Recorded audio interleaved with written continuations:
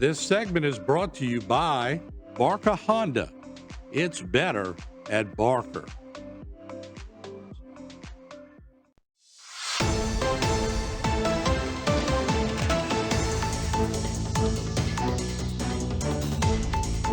Hello and welcome to this edition of Bayou Time. I'm your host, Keith Weissite, licensed clinical social worker with Terraborn Home Care. Very glad you're joining us, however you may be joining us.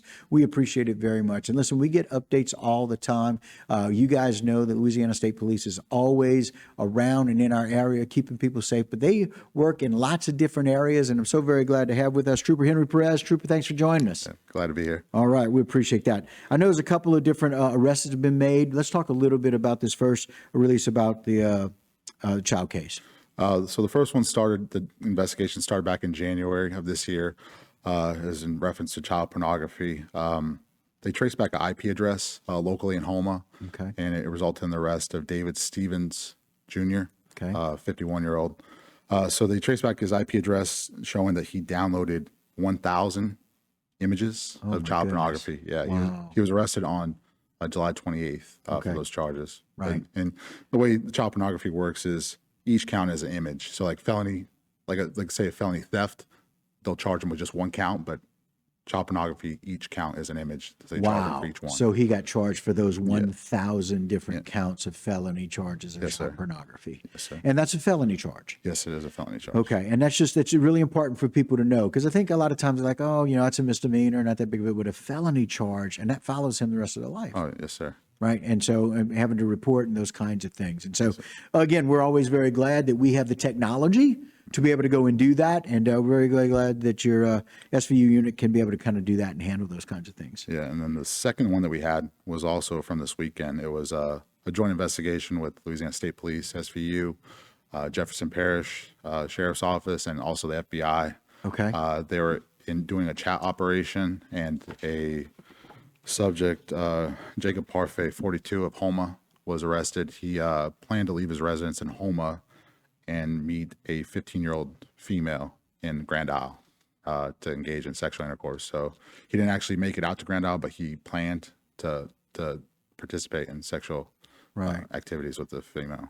Okay. Now, is there any clarification or specification if they do or do not know the age of the individual? In those chat operations, they know exactly what's going to occur. Okay. Yes. They know it's a juvenile. Yeah. And so, again, it kind of goes back to this, anytime you try to engage in that kind of activity or you make plans to do that, that is as well against the law. Oh, yeah. They definitely know what they're doing. Yeah. And so, again, you guys were able to stop that. Yes, sir. From it happening. Yeah. And so, again, very often, and I always applaud all of law enforcement in our area working so very well with these other agencies. Let's talk about this interagency coordination and how well y'all were able to work together to get this accomplished. We work with the FBI, different sheriff's office all the time for multiple things. It could be from sex crimes to different traffic enforcement. So we work well with agencies around the area. All being able to do that.